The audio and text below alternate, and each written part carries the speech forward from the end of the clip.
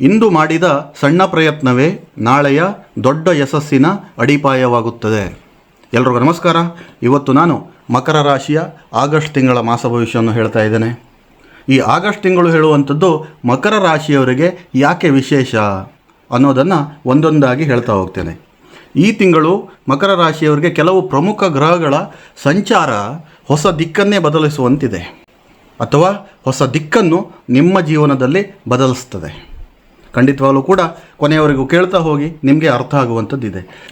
ಶನಿದೇವರ ಪ್ರಭಾವದಿಂದ ಶಿಸ್ತು ಮತ್ತು ಸಹನೆ ಪರೀಕ್ಷೆಯಾಗಬಹುದು, ನೆನಪಲ್ಲಿಟ್ಕೋಬೇಕು. ಕೆಲವೊಂದಿಷ್ಟು ಸಂದರ್ಭದಲ್ಲಿ ನಮಗೆ ಈ ಶನಿದೇವರ ಈ ಪರೀಕ್ಷೆ ಏನಿದೆ, ನಮಗೆ ಕೆಲವೊಂದು ಟೈಮಲ್ಲಿ ದಿಕ್ಕು ತಪ್ಪಿಸ್ತದೆ. ಕೆಲವೊಬ್ಬರಿಗೆ ನಿಮಗೆ ಗೊತ್ತೋ ಗೊತ್ತಿಲ್ಲದೇನೋ ನಿಮ್ಮಿಂದ ಮೋಸವಾಗಬಹುದು, ಅಥವಾ ಕೆಲವೊಂದಿಷ್ಟು ಬೇಜಾರಿನ ಸಂಗತಿ ನಿಮ್ಮಿಂದ ಅವರಿಗೆ ಹುಟ್ಕೋಬಹುದು, ಅವರ ಜೀವನದಲ್ಲಿ ಹುಟ್ಕೋಬಹುದು. ಇನ್ನು ಗುರುವಿನ ಅನುಗ್ರಹದಿಂದ ಜ್ಞಾನ, ಮಾರ್ಗದರ್ಶನ ಮತ್ತು ಕೆಲವು ಕ್ಷೇತ್ರಗಳಲ್ಲಿ ಹೊಸ ಅವಕಾಶಗಳು ನಿಮಗೆ ಹುಡ್ಕೊಂಡು ಬರಲಿದೆ.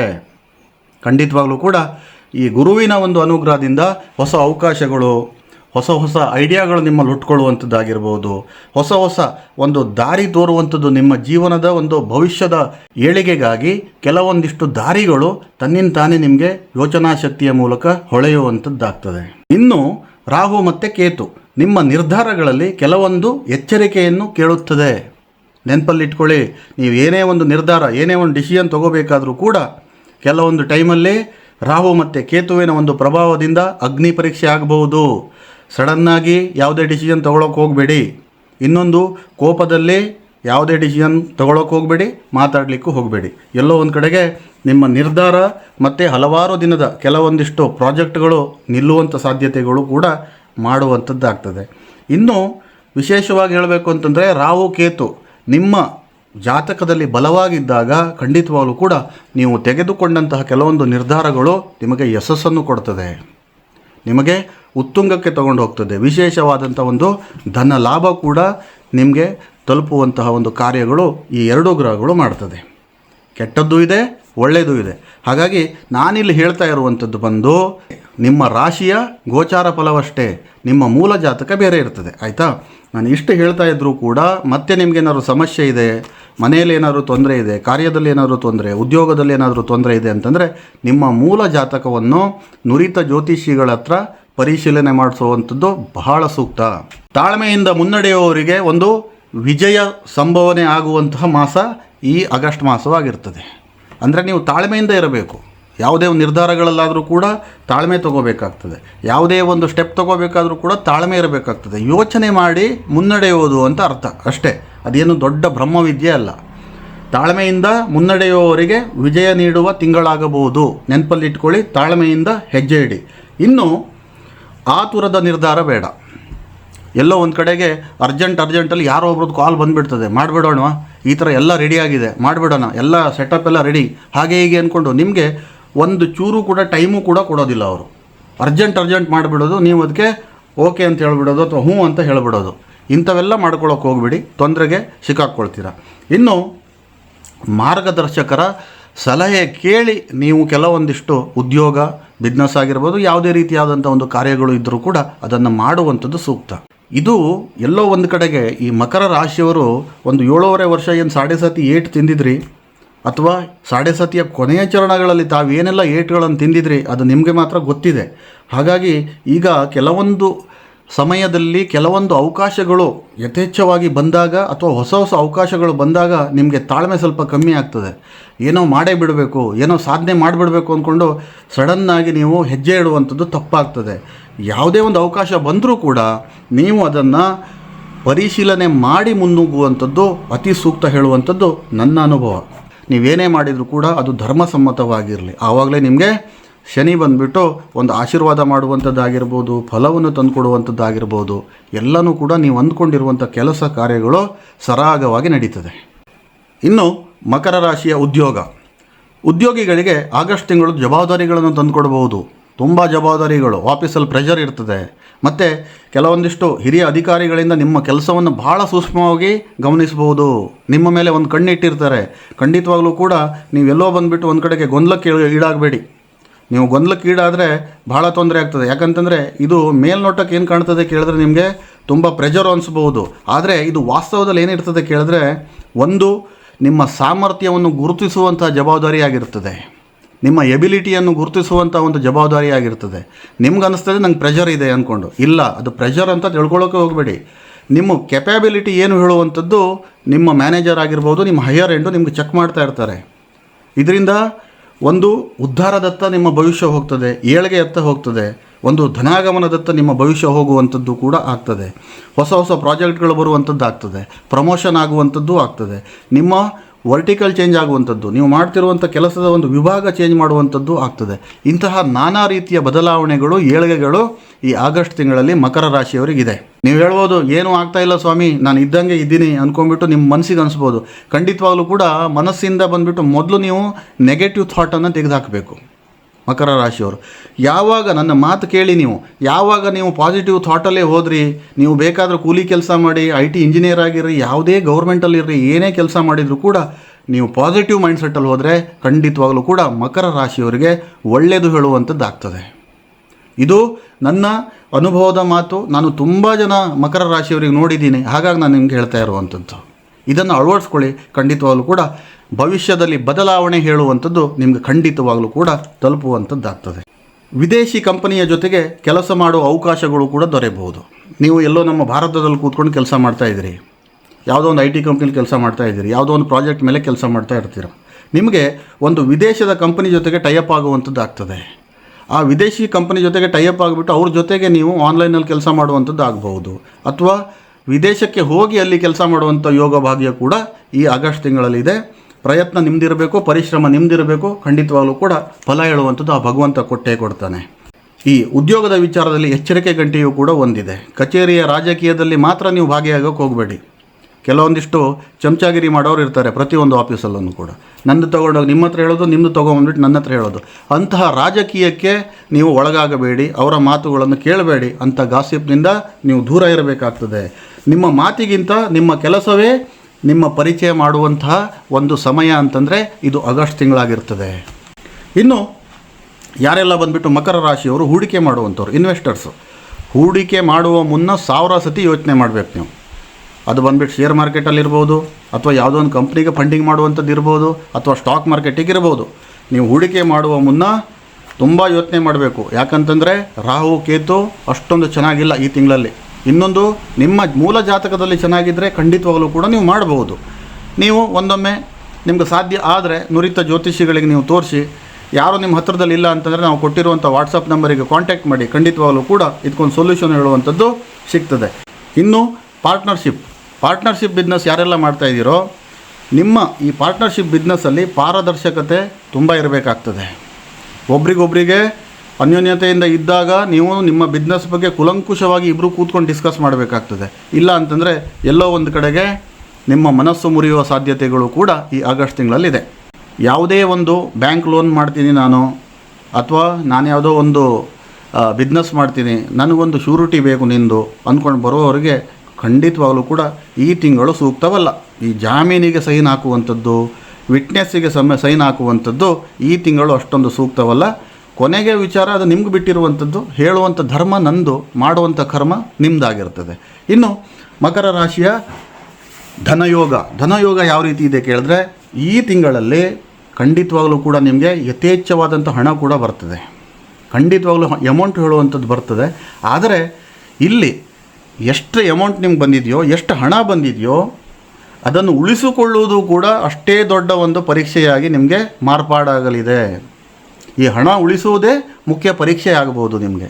ಖಂಡಿತವಾಗಲೂ ಕೂಡ ಮಕರ ರಾಶಿಯವರು ಇವತ್ತೊಂದು 10,000 ದುಡಿದ್ರಿ ಅಂತ ಇಟ್ಕೊಳ್ಳಿ, ಅದು ಪಟ್ಟಂತ ಖರ್ಚು ಮಾಡುವಂಥ ಗುಣಧರ್ಮ ನಿಮ್ಮದಿರ್ತದೆ. ಹೇಗಾದರೂ ನಾಳೆನೂ ಬರ್ತದಲ್ಲ, ಅಥವಾ ನಾಳೆನೂ ನಾನು ಸಂಪಾದನೆ ಮಾಡ್ತೀನಲ್ಲ ಹೇಳುವಂಥದ್ದು ನಿಮ್ಮ ಮನಸ್ಸಿನಲ್ಲಿ ಅದು ಹುಟ್ಟಿನಿಂದಲೂ ಬರುವಂಥದ್ದು, ಅದು ಬಂದಿರ್ತದೆ.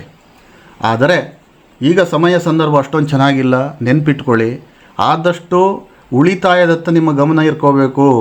ಆದರೆ ಅದು ಒಂದು ಧರ್ಮ ಮಾರ್ಗದಲ್ಲಿ ಬಳಸುವುದು ಮತ್ತು ಅದನ್ನು ಉಳಿಸ್ಕೊಳ್ಳೋದು ಕೂಡ ಅದಕ್ಕಿಂತ ದೊಡ್ಡ ಕಲೆಯಾಗಿರ್ತದೆ, ನೆನಪಲ್ಲಿಟ್ಕೊಳ್ಳಿ. ಇನ್ನು ದಾಂಪತ್ಯದ ವಿಚಾರಕ್ಕೆ ಬಂದರೆ, ವಿವಾಹಿತರಿಗೆ ಈ ತಿಂಗಳು ಪರಸ್ಪರ ವಿಶ್ವಾಸವನ್ನು ಹೆಚ್ಚಿಸುವಂಥ ತಿಂಗಳಾಗಿರ್ತದೆ. ಎಲ್ಲೋ ಒಂದು ಕಡೆಗೆ ಮಕರ ರಾಶಿಯವರ ಒಂದು ಕೌಟುಂಬಿಕ ಜೀವನದಲ್ಲಿ ದಾಂಪತ್ಯಕ್ಕೆ ಬಂದರೆ ಇಲ್ಲಿ ನಿಮಗೆ ನಿಮ್ಮ ದಾಂಪತ್ಯದಲ್ಲಿ ಬಿರುಕು ಬಿಟ್ಟಿರುವಂಥದ್ದು ಮೇಜರಾಗಿ ನಾನು ಕನ್ಸಿಡರ್ ಮಾಡಿ ಹೇಳಬೇಕು ಅಂತಂದರೆ, ನಿಮ್ಮ ಹಣಕಾಸು ಸ್ಥಿತಿಗತಿ ಯಾವಾಗ ಕುಗ್ಗಿತ್ತೋ ಆವಾಗಲೇ ನಿಮ್ಮ ದಾಂಪತ್ಯದಲ್ಲಿ ಬಿರುಕು ಬಿಟ್ಟಿದೆ. ಅಥವಾ ಎಲ್ಲಿ ಗಂಡ ಹೆಂಡತಿ ಇಬ್ಬರೂ ಬಂದುಬಿಟ್ಟು ದುಡಿತಾ ಇದ್ದೀರೋ ಅಲ್ಲಿ ದಾಂಪತ್ಯದಲ್ಲಿ ಬಿರುಕು ಬಿಟ್ಟಿದೆ. ಯಾಕಂತಂದರೆ ನೀನಾ ಹೇಳುವಂಥದ್ದು ಕೆಲವೊಂದು ಸಾರಿ ನಿಮ್ಮೊಳಗಡೆ ಆಗಿದ್ದು ಉಂಟು. ಹಾಗಾಗಿ ನೀನಾ ಹೇಳುವಂಥದ್ದು ಇಲ್ಲಿ ಮಾಡಿಕೊಳ್ಳೋಕ್ಕೆ ಹೋಗಬೇಡಿ.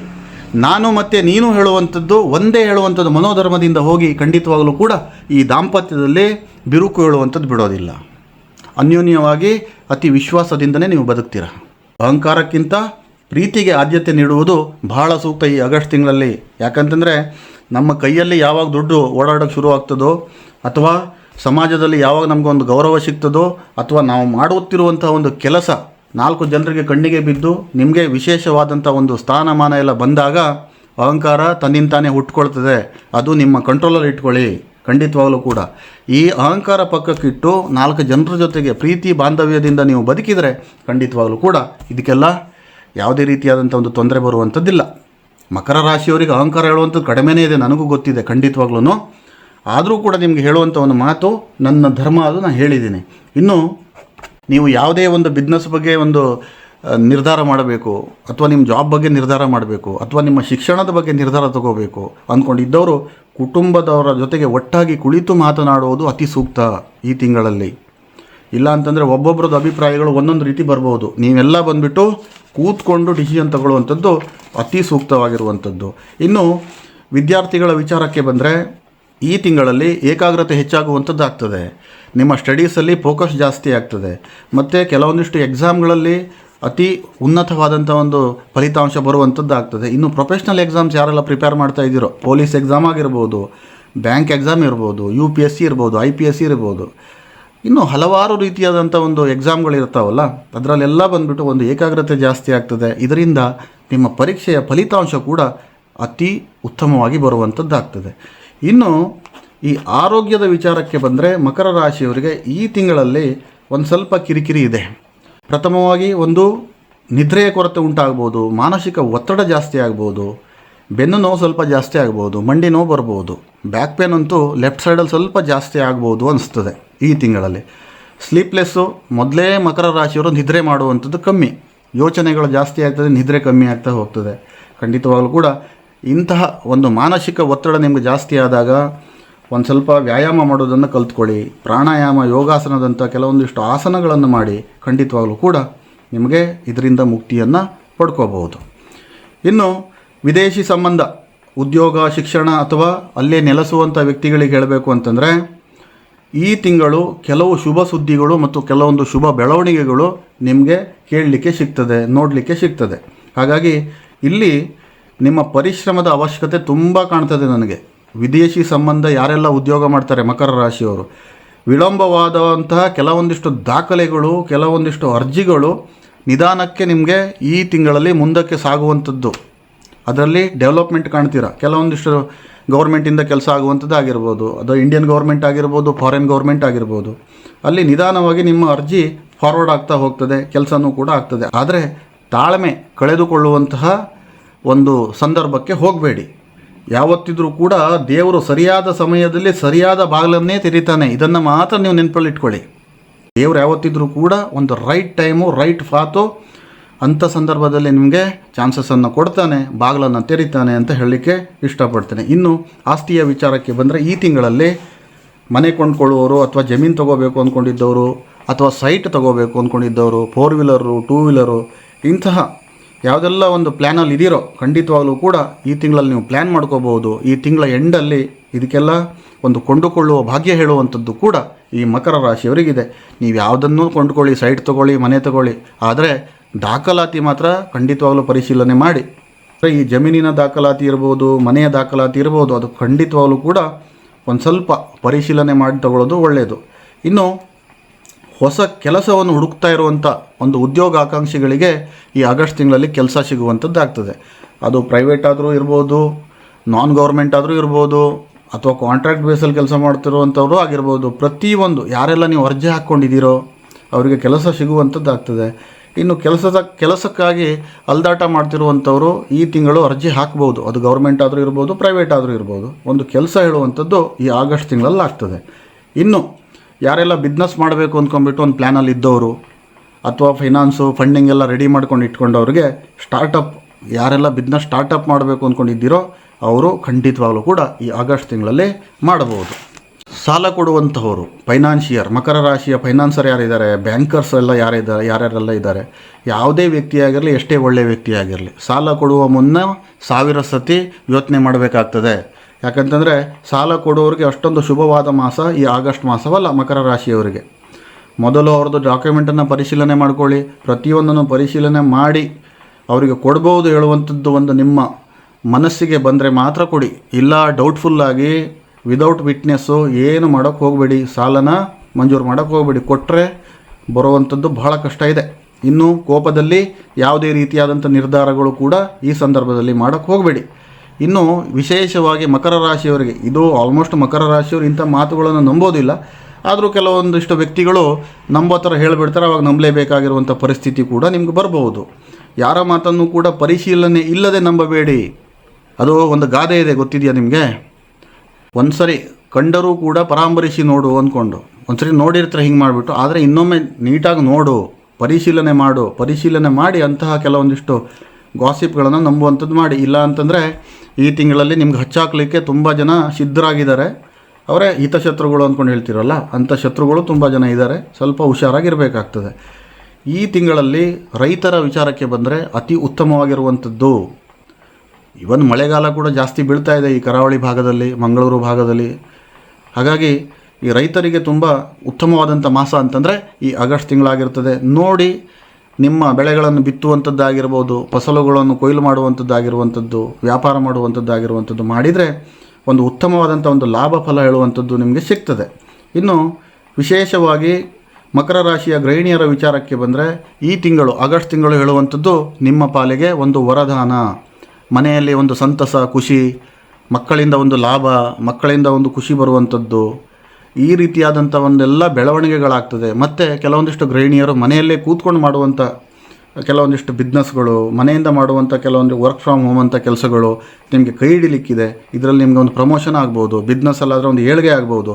ಖಂಡಿತವಾಗಲೂ ಕೂಡ ಈ ಆಗಸ್ಟ್ ತಿಂಗಳಲ್ಲಿ ನಿಮಗೆ ಆಗುವಂಥದ್ದಾಗ್ತದೆ.